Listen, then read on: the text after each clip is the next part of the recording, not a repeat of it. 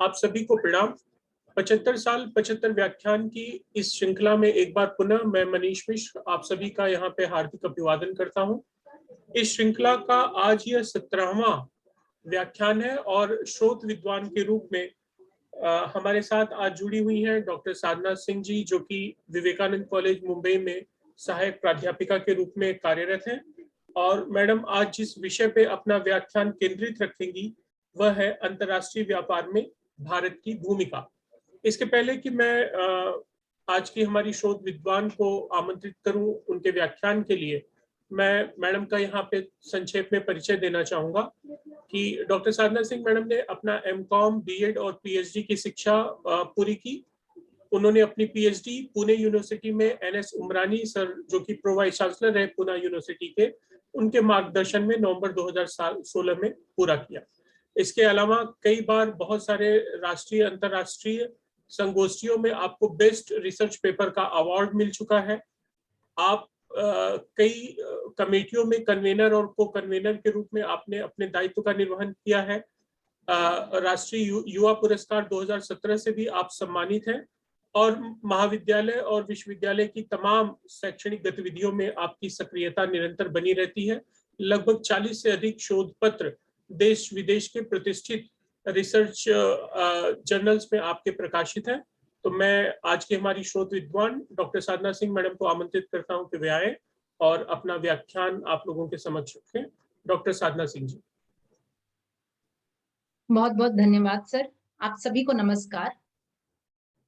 अपना व्याख्यान शुरू करने से पहले मैं महाराष्ट्र राज्य हिंदी साहित्य अकादमी और केएम अग्रवाल कॉलेज के प्रति अपना आभार व्यक्त करना चाहूंगी कि आपने मुझे इस योग्य समझा और आज ये जो पूरा देश आजादी का अमृत महोत्सव मना रहा है, मुझे खुशी है कि इस 75 साल और 75 व्याख्यान श्रृंखला के अंतर्गत मुझे भी एक अत्यंत महत्वपूर्ण विषय अंतरराष्ट्रीय व्यापार में भारत की भूमिका पर अपने विचार प्रस्तुत करने की शुभ अवसर प्राप्त हुआ है।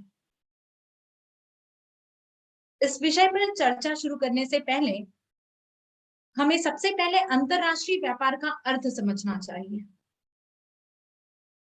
जब व्यापारिक क्रियाएं भौगोलिक सीमाओं की परिधि में होती हैं, तो इसे घरेलू व्यापार अथवा राष्ट्रीय व्यापार कहते हैं। इसे आंतरिक व्यापार भी कहा जाता है। लेकिन जब कोई देश अपनी सीमाओं से बाहर विनिर्माण एवं व्यापार करता है, तो उसे अंतरराष्ट्रीय व्यवसाय कहते हैं। अंतरराष्ट्रीय अथवा बाह्य व्यवसाय को इस प्रकार से परिभाषित किया जा सकता है, यह वह व्यावसायिक क्रिया है जो राष्ट्र की सीमाओं के पार की जाती है।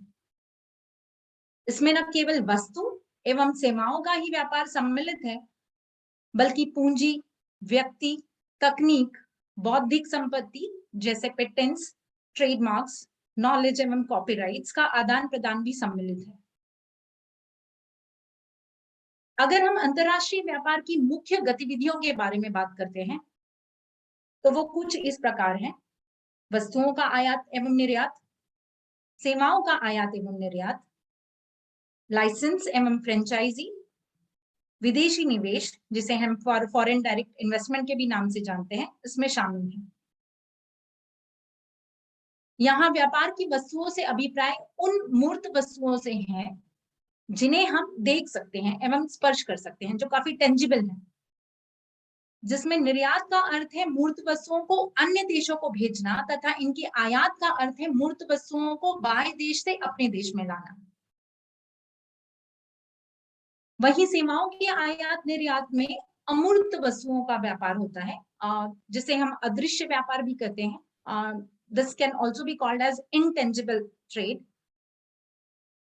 अंतरराष्ट्रीय स्तर पर अनेक सेवाओं का व्यापार होता है, जिनमें सम्मिलित है पर्यटन एवं यात्रा, टूरिज्म एंड ट्रैवल, भोजनालय, विश्राम एवं जलपान गृह, होटल, रिसोर्ट्स एंड रेस्टोरेंट्स, मनोरंजन, that is also called as entertainment, परिवहन, ट्रांसपोर्टेशन, कुछ पेशागत सेवाएं जैसे कि प्रशिक्षण, भर्ती, परामर्श देना एवं अनुसंधान करना, जैसे कि all kinds of professional services, communication, निर्माण एवं इंजीनियरिंग, शैक्षणिक एवं वित्तीय सेवाएं, जैसे कि हम कह सकते हैं बैंकिंग एवं इंश्योरेंस और एजुकेशन, इन सारी सेवाओं में से पर्यटन एवं परिवहन व्यावसायिक सेवाओं के विश्व व्यापार के प्रमुख अंग हैं। अंतर्राष्ट्रीय व्यापार में प्रवेश का एक और मार्ग है लाइसेंसिंग। किसी दूसरे देश में वहीं के व्यवसायी को कुछ फीस के बदले आपके अपने ट्रेडमार्क, पेटेंट या कॉपीराइट के अंतर्गत वस्तुओं के उत्पादन एवं विक्रय को अनुमति देना। लाइसेंस प्रणाली के अंतर्गत ही विदेशों में स्थानीय Pepsi and Coca Cola and other major companies, they are all been doing their productions एवं buying and selling, all these things are being done there. Franchising भी लाइसेंस प्रणाली के समान ही है, लेकिन यह सेवाओं के संदर्भ में प्रयुक्त होती है, जैसे कि मैकडॉनल्ड्स फ्रेंचाइजी प्रणाली के द्वारा ही पूरे विश्व में त्वरित खाद्य जलपान गृह चलाते हैं। विदेशों में निवेश करना अंतरराष्ट्रीय व्यवसाय का एक और महत्वपूर्ण प्रकार है। विदेशी निवेश में कुछ वित्तीय प्रतिफल के बदले विदेशों में धन का निवेश किया जाता है। विदेशी निवेश दो प्रकार के हो सकते हैं, प्रत्यक्ष एवं पेटिका निवेश, जिसे कि हम डायरेक्ट एंड इनडायरेक्ट इन्वेस्टमेंट्स के नाम से जानते हैं। तो ये कुछ अंतरराष्ट्रीय व्यापार की 4 मुख्य गतिविधियां हैं, जिनमें हमने देखा वस्तुओं का आयात एवं निर्यात, सेवाओं का आयात एवं निर्यात, लाइसेंस एवं फ्रेंचाइजी एंड विदेशी निवेश, that is foreign direct investment. अब हम देखेंगे कि अंतरराष्ट्रीय व्यापार के क्या लाभ हैं। अंतरराष्ट्रीय व्यवसाय में अनेक जटिलताओं एवं जोखिमों के होते हुए भी यह राष्ट्रों एवं व्यावसायिक फर्मों के लिए बहुत महत्वपूर्ण है। इससे उन्हें कई प्रकार के लाभ मिलते हैं। पिछले वर्षों में प्राप्त इन लाभों के कारण ही विभिन्न राष्ट्रों के बीच व्यापार एवं निवेश का विस्तार हुआ है। परिणाम स्वरूप वैश्वीकरण में आशातीत वृद्धि हुई है। अब आइए संक्षेप में देशों के साथ साथ फर्म्स को या फिर ऑर्गेनाइजेशंस को अंतरराष्ट्रीय व्यापार के लाभों के बारे में बात करते हैं। पहले हम देशों के लाभ के साथ शुरू करते हैं। देशों के लाभ में कहें तो देशों को जो बेनिफिट्स मिलते हैं उसमें विदेशी मुद्रा का अर्जन, which is called as foreign currency reserves, संसाधनों का अधिक क्षमता से उपयोग, we can call it as optimum utilization of resources, विकास की संभावनाएं, इकोनॉमिक डेवलपमेंट, रोजगार के अवसरों में सुधार, दैट इज एम्प्लॉयमेंट जनरेशन, और जीवन स्तर में वृद्धि, that is rise in standard of living. इन सारी चीजों का फायदा देशों को होता है। वहीं अगर दूसरी तरफ हम फर्म्स और ऑर्गेनाइजेशंस के लाभों के बारे में बात करते हैं तो इनमें उच्च लाभ की संभावनाएं, जैसे higher profits, in other words we can say बढ़ी हुई क्षमता का उपयोग, हायर एफिशिएंसी, विकास की संभावनाएं, ग्रोथ एंड डेवलपमेंट, आंतरिक बाजार में घोर प्रतियोगिता से बचाव, कॉम्पिटिटिव एडवांटेज, ये सभी अंतरराष्ट्रीय व्यापार से प्राप्त लाभ हैं। इसीलिए किसी भी देश या फर्म्स और ऑर्गेनाइजेशंस के लिए अंतरराष्ट्रीय व्यापार में भाग लेना वास्तव में बहुत महत्वपूर्ण है। So if we look at what we have discussed so far, we have completed 2 things. That is, one is major activities of international business and second is benefits of international business. हमने अभी तक 2 चीजों को देखा है, जैसे कि अंतरराष्ट्रीय व्यापार में क्या मेन गतिविधियां हैं और इनके क्या लाभ हैं। अब हम अपनी चर्चा को विदेश व्यापार की मात्रा, वॉल्यूम ऑफ फॉरेन ट्रेड की ओर ले जाएंगे। अगर हम देखें, भारत का पिछला इतिहास देखें तो स्वतंत्रता के पूर्व भारत का अंतरराष्ट्रीय व्यापार का कंट्रीब्यूशन बहुत अधिक नहीं था। सन 1934 में भारत का कुल व्यापार मात्र 186 करोड़ रुपए थी, लेकिन स्वतंत्रता के बाद अंतरराष्ट्रीय व्यापार में काफी वृद्धि हुई थी। वर्ष 1951 में भारत का अंतरराष्ट्रीय व्यापार कुछ 1250 करोड़, जो काफी हद तक बढ़कर अराउंड इन द ईयर 2015-16 अब वो लगभग 28,26,116 करोड़ रुपए हो गए हैं। तो अगर हम देखें तो काफी पिछले कुछ सालों में काफी बढ़ाव आया है भारत के इंटरनेशनल ट्रेड में। अप्रैल 2019 में जारी विश्व व्यापार संगठन that is world trade organisation के आंकड़ों के अनुसार अगर देखें तो वर्ष 2018 के लिए इस साल में वैश्विक निर्यात में भारत की हिस्सेदारी 1.7% और वैश्विक आयात में भारत की भागीदारी 2.6%।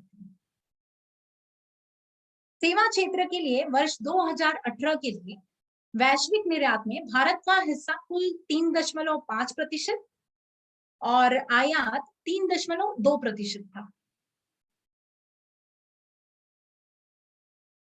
आज दुनिया के लगभग सभी देशों के साथ भारत के काफी अंतरराष्ट्रीय संबंध हैं और निर्यात और आयात वस्तुओं की सूची में भारत से हजारों वस्तुओं और सेवाओं का व्यापार होता है।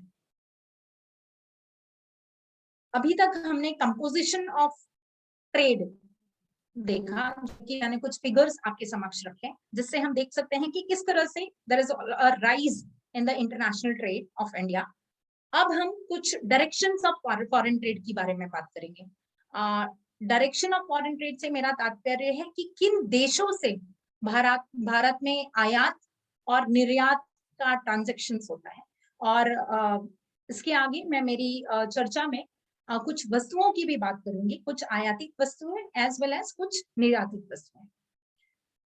तो अगर हम पहले आयातित वस्तुओं की सूची लें तो इसमें मशीनरी, लोहा और इस्पात, धातु और धातु उत्पाद, पेट्रोलियम और पेट्रोलियम उत्पाद, परिवहन उपकरण, रासायनिक उर्वरक which is also called as chemical fertilizers, खाद्य तेल edible oil, खाद्यान्न, काजू, कागज, रसायन, दवाएं, कीमती पत्थर that is gems and jewelries, ये सारी चीजें सम्मिलित हैं।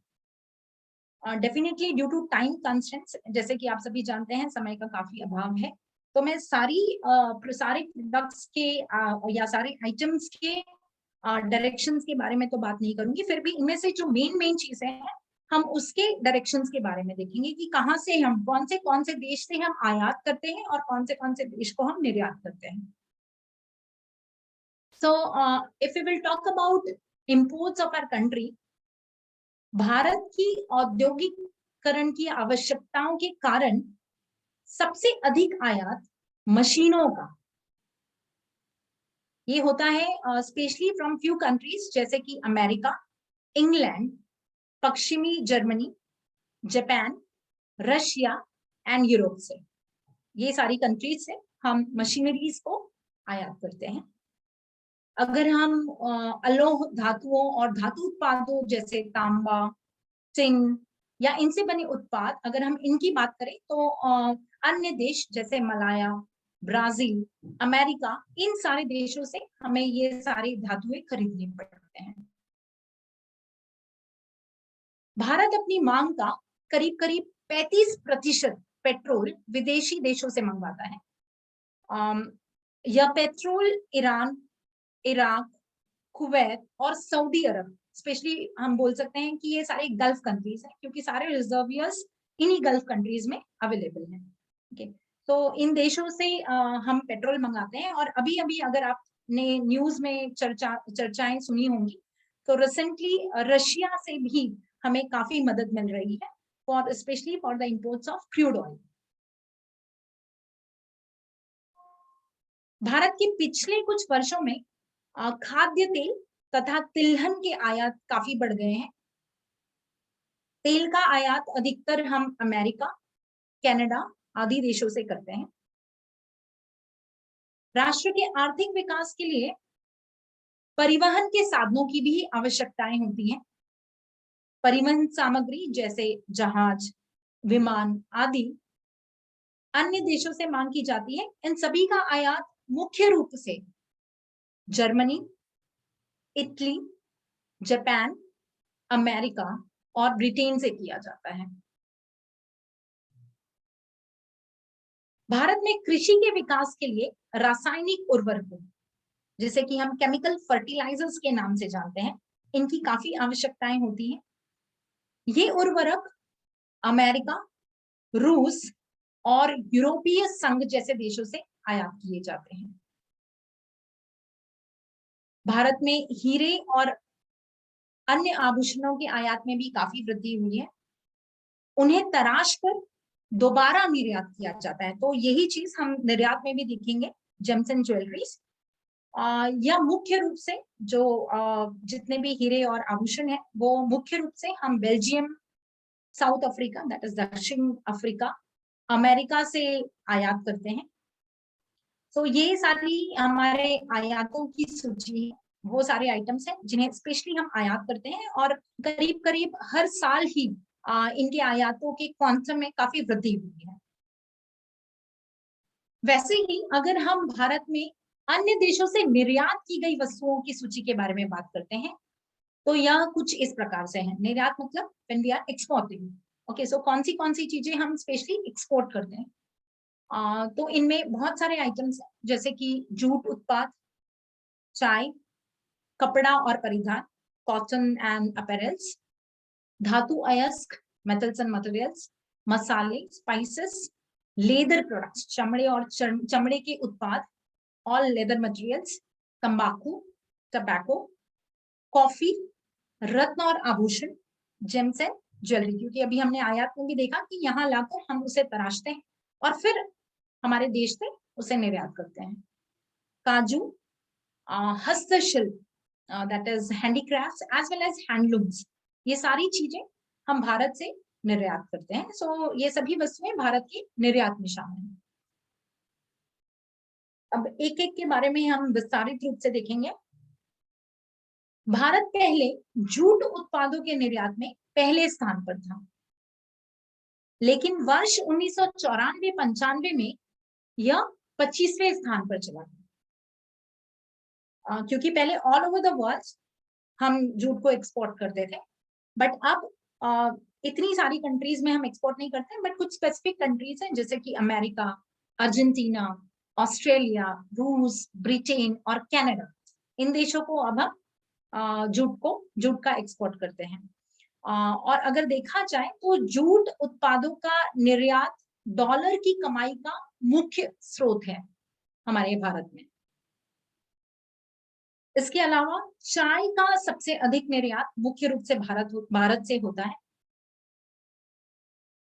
भारतीय चाय के मुख्य ग्राहक Britain, America, Canada, Iraq, Japan और जर्मनी जैसे देश हैं। तो अगर हम देखेंगे तो ये सारे देश काफी डेवलप्ड, काफी प्रोग्रेसिव देश हैं। चाय का सर्वाधिक निर्यात ब्रिटेन को किया जाता है। Apart from these two we have clothes and apparels also, that is कपड़ा और परिधान।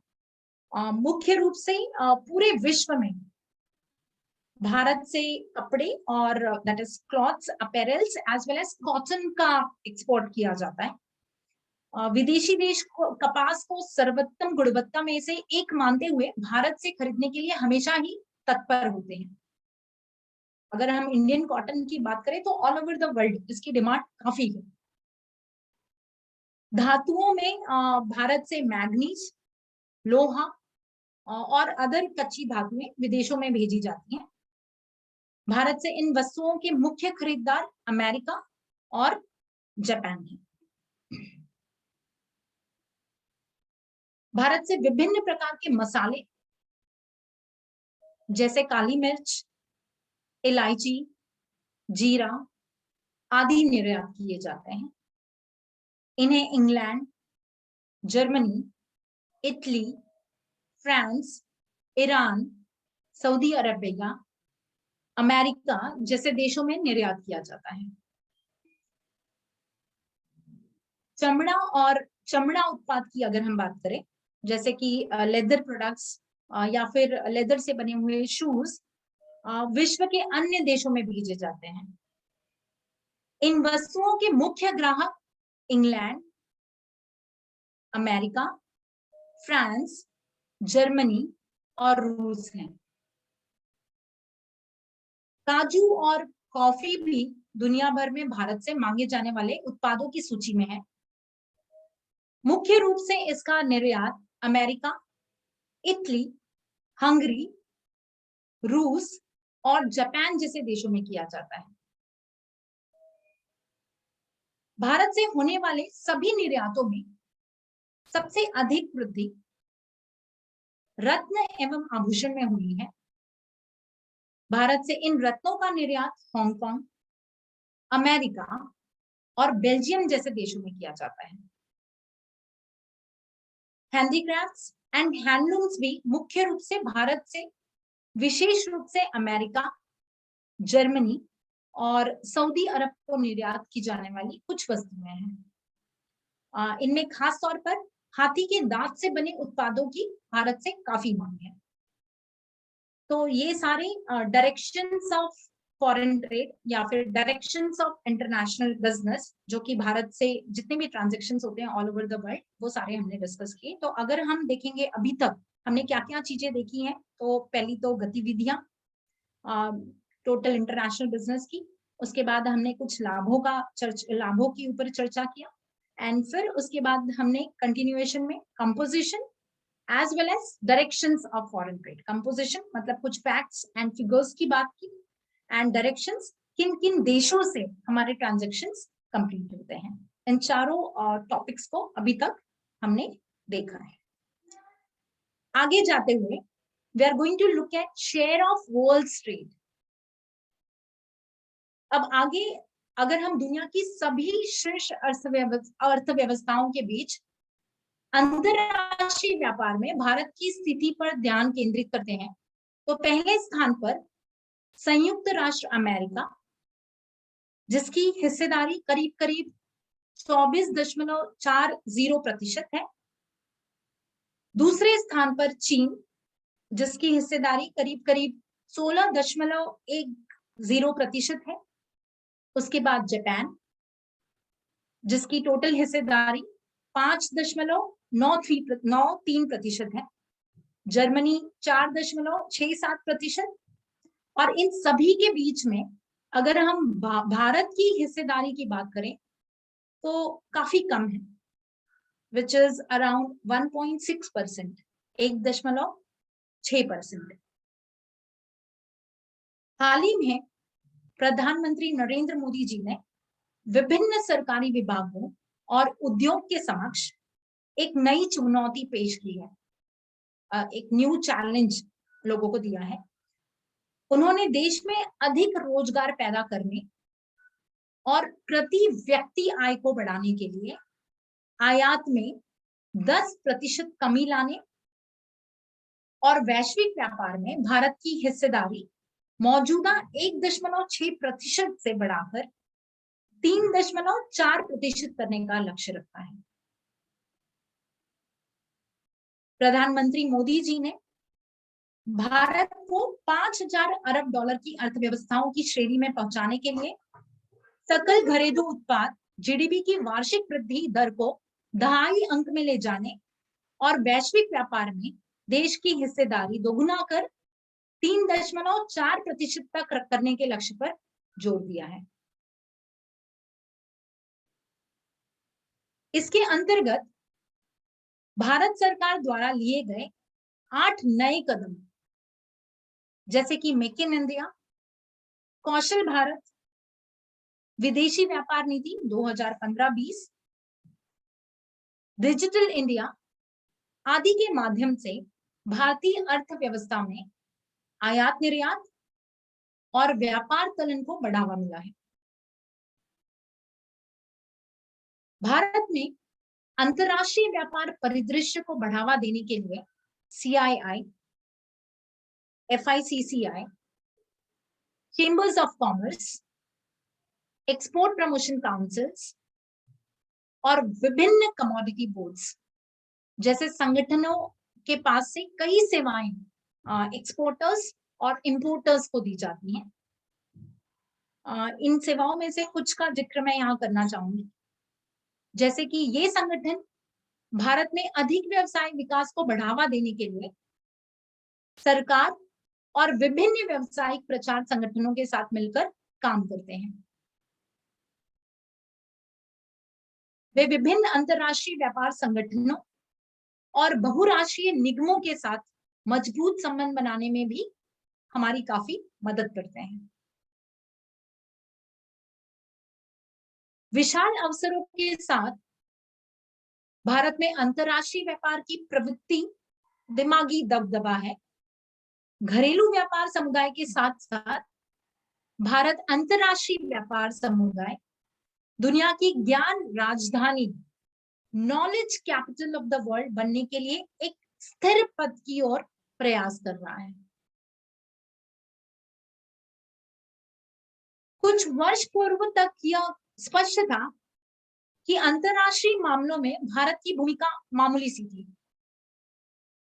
छवि कुछ इतनी चमकीली नहीं थी कि चमकते सितारों जैसे डेवलप्ड नेशंस के बीच आज जो हमारी निगाहें जा सकती हैं, वैसी निगाह कभी भारत की ओर पड़े। देखा जाए तो क्रेडिट रेटिंग एजेंसियों ने भी देश की रेटिंग को मौलिक रूप से नीचे ला दिया था, लेकिन अब उदारीकरण, दैट इज लिबरलाइजेशन की प्रक्रिया और एक खुली अर्थव्यवस्था, ओपन इकोनॉमी की अवधारणा के बाद भारत में अंतरराष्ट्रीय व्यापार कई गुना बढ़ गई है। पिछले कुछ दशकों में विदेशी बाजारों के लिए भारतीय कंपनियों की प्रतिबद्धता के साथ और गतिशीलता में काफी बदलाव आया है।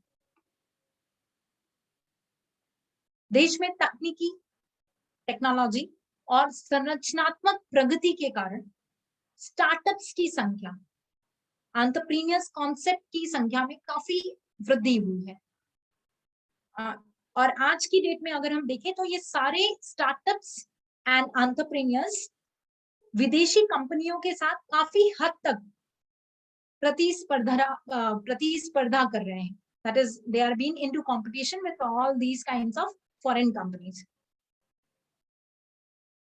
इन सारी चीजों को स्पष्ट करने के लिए हमें एक केस स्टडी देखना चाहिए और मैं आपके समक्ष फॉर्च्यून 500 सूची की लिस्ट को बताना चाहूंगी, जिसमें भारतीय कंपनियों को भी काफी हद तक रेटिंग्स मिली है। कुछ कंपनियों के बारे में अभी हम डिस्कस करेंगे।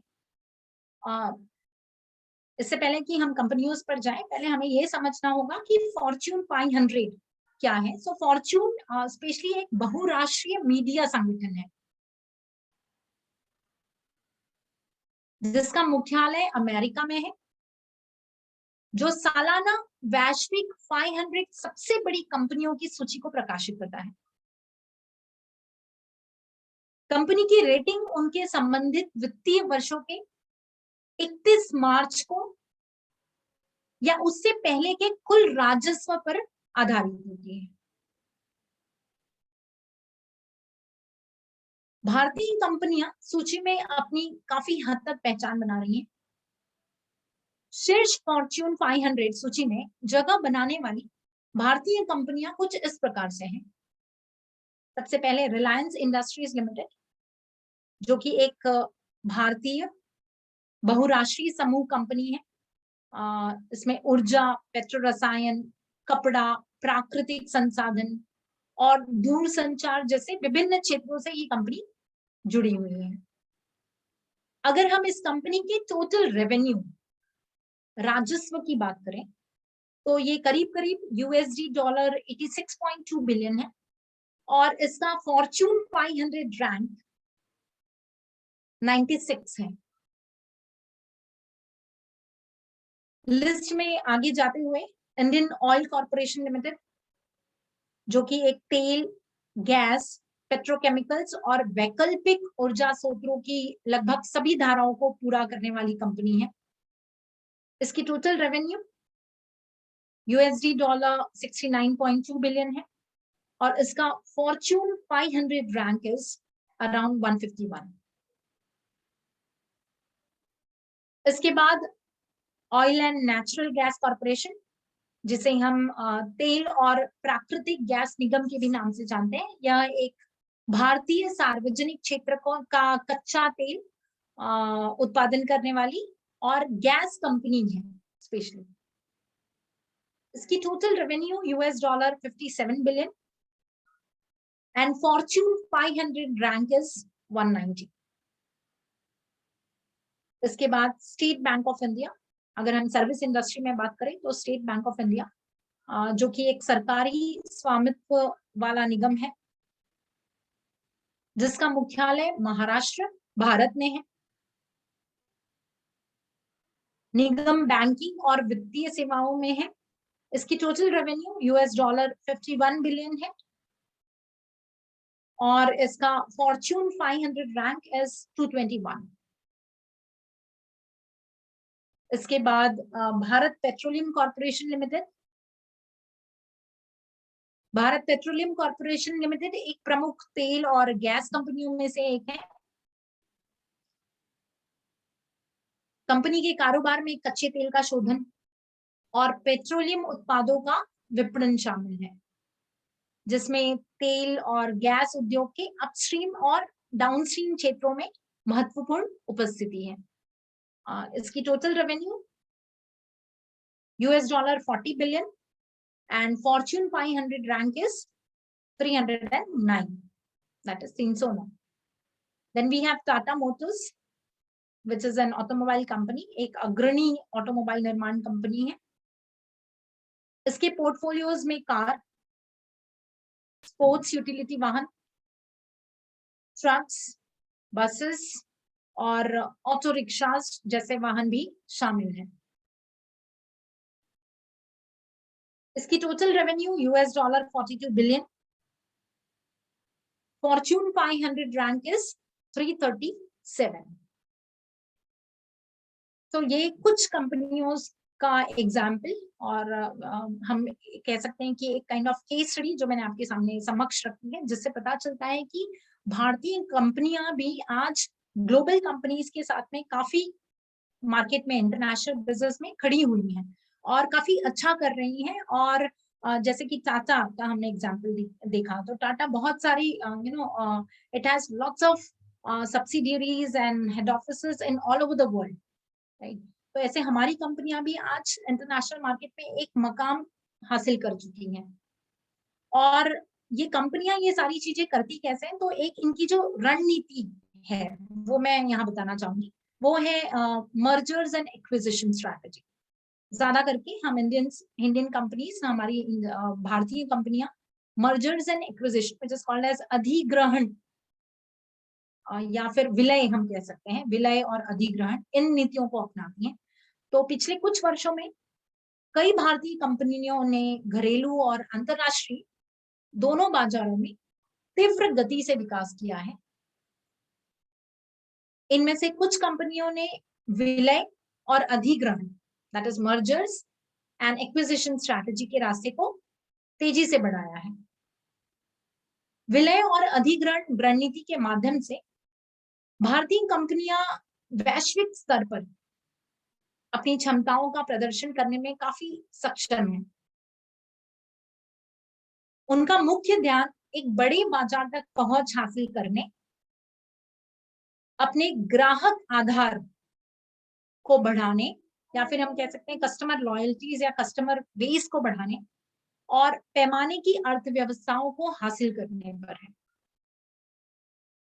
कुछ टॉप मोस्ट मेजर एक्विजिशंस या मर्जर्स की अगर हम बात करें तो बहुत सारे ऐसे एग्जांपल्स हैं भारतीय कंपनियों के, बट मैं कुछ के एग्जांपल्स आपके समक्ष रखना चाहूंगी। जैसे कि Hindalco industries limited, which acquired Novelis for $6 billion. Sterlite Industries, which acquired Acerco for $2.6 billion. Tata Motors, acquired Jaguar and Land Rover from Ford Motor Company for US dollar 2.3 billion. Oil and Natural Gas Corporation acquired Imperial Energy for US dollar 1.9 billion. Tata Chemicals acquired General Chemical Industries products for US dollar 1 billion.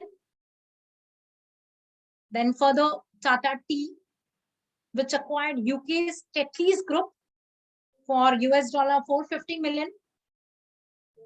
Then we have Byju's, which acquired US-based Osmo for US dollar 120 million. Zomato acquired Urban Spoon for US dollar 50 million. So ये कुछ examples है, या कह सकते हैं कि एक बहुत पॉपुलर स्ट्रैटेजी है, रणनीति है हमारे देश की, कि हम मर्जर्स एंड एक्विजिशंस के अंतर्गत हम ग्लोबल कंपनीज के साथ में ट्रांसैक्ट करते हैं एंड फिर इस तरह से हम फॉरेन कंट्रीज में हमारा विस्तार करते हैं. बट अभी भी अगर हम कुछ हद तक कहें, कुछ अभी भी ऐसे क्षेत्र हैं जहां पे काफी इम्प्रूवमेंट की गुंजाइश है. कुछ ऐसे सेक्टर्स भी मैं यहाँ आपके समक्ष रखना चाहूंगी, क्योंकि आगे आने वाले दिनों में हम देखेंगे कि ये सेक्टर्स भी काफी प्रोग्रेसिव हो रहे हैं हमारे देश में, जैसे कि उसमें information technology and electronics, hardware, telecommunications, pharmaceuticals and biotechnology, research and development, banking, financial institutions, and insurance and pensions, capital markets, chemicals and hydrocarbons, infrastructure, agriculture and food processing, retailing, supply chain management and logistics, which is completely a service sector, manufacturing, power and non conventional energy. ये सारे sectors हैं जिनमें हम आगे आने वाले दिनों में काफी प्रोग्रेस, कुछ हद तक प्रोग्रेस देखेंगे. Sectors like health, education, again अगर हम देखेंगे इनमें से ज्यादातर सर्विस सेक्टर इंडस्ट्रीज हैं. Health, education, housing, resource conservation and management group, water resources, environment, rural development, small and medium enterprises and urban development. इन सारे क्षेत्रों का अभी भी ठीक से दोहन नहीं किया गया है. These sectors are still to be tapped. अगर हम इन सारे सेक्टर्स को भी, इन पे भी फोकस अपना चालू कर दें तो बहुत सारा एक्सप्लॉयटेशन इन सेक्टर्स में करके हम काफी हद तक प्रोग्रेसिव हो सकते हैं. तो और आज जो हमारे प्राइम मिनिस्टर नरेंद्र मोदी जी ने जो हमारे समक्ष एक चैलेंज रखा हुआ है, हम उसको काफी हद तक उस मुकाम पर पहुंच सकते हैं. अंत में मैं ये कहते हुए अपनी बात को समाप्त करना चाहूंगी कि भारत वह देश है जिसमें कई तुलनात्मक लाभ हैं. एक बढ़ता हुआ मध्यम वर्ग, मिडिल क्लास पॉपुलेशन. आज देखें अगर तो हम 80% पॉपुलेशन हमारा मिडिल क्लास वर्ग से है. एंड $0.92 से लेकर $1.45 प्रति घंटे के बीच कम श्रम दर. अगेन अगर हम इसको देखें तो ये सिर्फ भारत में है, या फिर कुछ डेवलपिंग कंट्रीज जो करीब के एशियन डेवलपिंग कंट्रीज है उनमें है. उसके अलावा बुनियादी अंग्रेजी बोलने की क्षमता वाले लगभग 80 मिलियन लोग भी भारत में ही हैं.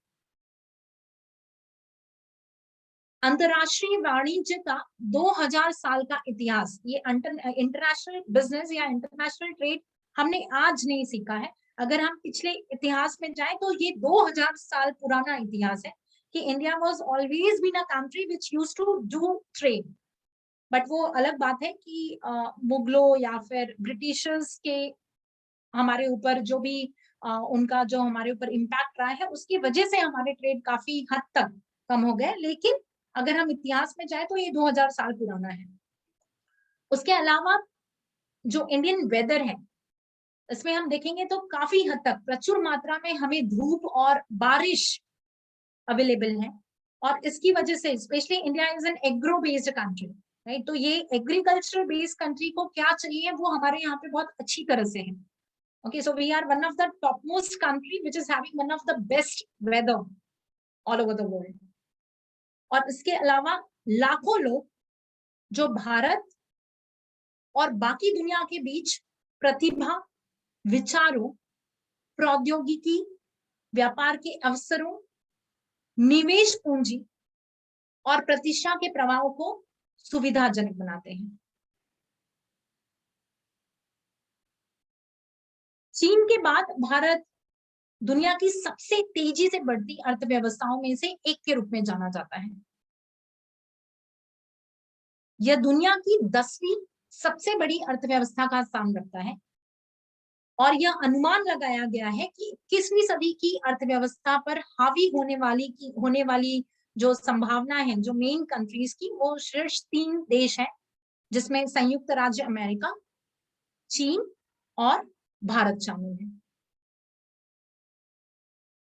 अगर हम विश्व के सकल घरेलू उत्पाद, जिसे हम जीडीपी के नाम से जानते हैं, तो इसका 40% इन्हीं 3 देशों से आता है। भारत जो पहले से ही विश्व बैंक की पीपीपी, जिसे हम परचेसिंग पावर पैरिटी के नाम से जानते हैं, क्रय शक्ति समता, इसकी विनिमय दर का उपयोग कर रहा है। दुनिया में तीसरा सबसे बड़ा सकल घरेलू उत्पाद भारत ही है।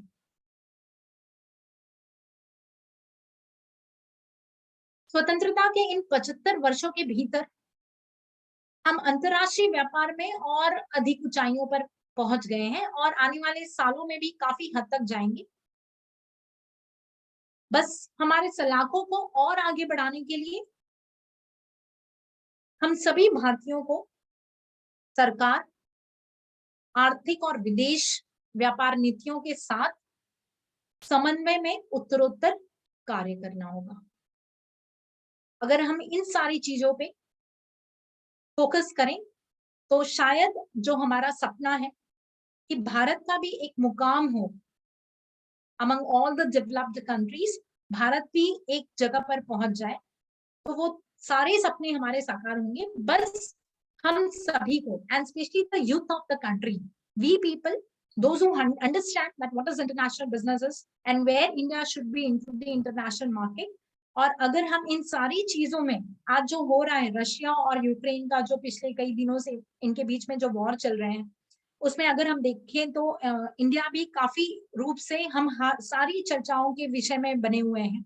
एक तरह से अगर हम इंडियन ज्योग्राफिकल लोकेशंस को भी देखें तो एक तरफ चीन है, एक तरफ पाकिस्तान है और तीसरी तरफ अफगानिस्तान जो हमारा मित्र हुआ करता था, आज उस पे भी तालिबानियों ने कब्जा कर रखा हुआ है। श्रीलंका की हालत हम सभी से हम सभी को इसके बारे में पता है कि उसकी आर्थिक स्थिति कुछ अच्छी नहीं चल रही है। काफी हेल्प भी हम उन्हें कर रहे हैं, काफी कोऑर्डिनेशन भी हो रहा है हमारे देश से, बट फिर भी उनकी आर्थिक स्थिति फिलहाल ठीक ठाक नहीं है। इन सब के बीच में, इन सारी कंट्रीज के बीच में भारत एक ऐसा देश है जो आज भी काफी प्रोग्रेसिव है और अपनी एक पहचान बनाने में काफी हद तक सक्सेसफुल रहा है। तो इसी के साथ मैं अपना व्याख्यान संपन्न करती हूँ। बहुत सारी चीजें हमने देखी, जैसे कि मीनिंग ऑफ इंटरनेशनल बिजनेस, कुछ उसकी गतिविधियां या फिर उसके benefits for the country as well as for the firms as well as organisations, इसकी इंडियाज ट्रेड के वॉल्यूम्स, मात्राएं, डायरेक्शंस ऑफ इंडियाज ट्रेड, उसके साथ साथ ही हमने share of world trade, India का जो टोटल कंट्रीब्यूशन है वर्ल्ड ट्रेड में, वो भी देखा और काफी इम्प्रूवमेंट जो हमारे प्राइम मिनिस्टर नरेंद्र मोदी जी ने कही है, हम उस इम्प्रूवमेंट के तहत जो ऑर्गेनाइजेशन है जो सक्रिय रूप से काम कर रही हैं, उनके भी कंट्रीब्यूशन के बारे में हमने देखा। CII, FI, CCI, export houses, commodity boards या फिर एक्सपोर्ट प्रमोशन काउंसिल्स, इनके कॉन्ट्रीब्यूशन के बारे में थोड़ा बहुत की चर्चाएं की हैं हमने। इसके अलावा फॉर्च्यून 500 कंपनीज की सूची में से कुछ कंपनीज मैंने आपके समक्ष रखी। अपार्ट दिस मर्जर्स जो हमारी भारत ने जो स्ट्रैटेजी अपनाई है, which is called as merger and acquisition strategy, एक रणनीति जो अपनाई है इंडिया को इंटरनेशनल मार्केट में पहुंचाने के लिए, अच्छे मुकाम पे लाने के लिए, उसके बारे में भी कुछ चर्चाएं की। और इसके अलावा जो फ्यूचर स्कोप्स, जहां जहां इम्प्रूवमेंट हो सकते हैं और जो अंतरराष्ट्रीय व्यापार की संभावना वाले क्षेत्र हैं, उन पर भी हमने कुछ हद तक चर्चाएं की हैं। तो इसके साथ ही मैं अपना व्याख्यान समाप्त करती हूँ। धन्यवाद। धन्यवाद साधना मैम। एक बार पुनः महाराष्ट्र राज्य हिंदी साहित्य अकादमी की तरफ से मैं आपके प्रति हार्दिक कृतज्ञता ज्ञापित करता हूं कि आपने हमारा अनुरोध स्वीकार किया और आज इस 17वें व्याख्यान के लिए आप यहाँ पे उपस्थित रही। निश्चित तौर पे आपका ये व्याख्यान डिजिटल फॉर्म में अकादमी के यूट्यूब चैनल पे अपलोड रहेगा, जो अध्ययन अध्यापन से जुड़े हुए लोगों के लिए हमेशा एक रीढ़ की हड्डी का काम करेगा, उनके लिए एक सोर्स का काम करेगा।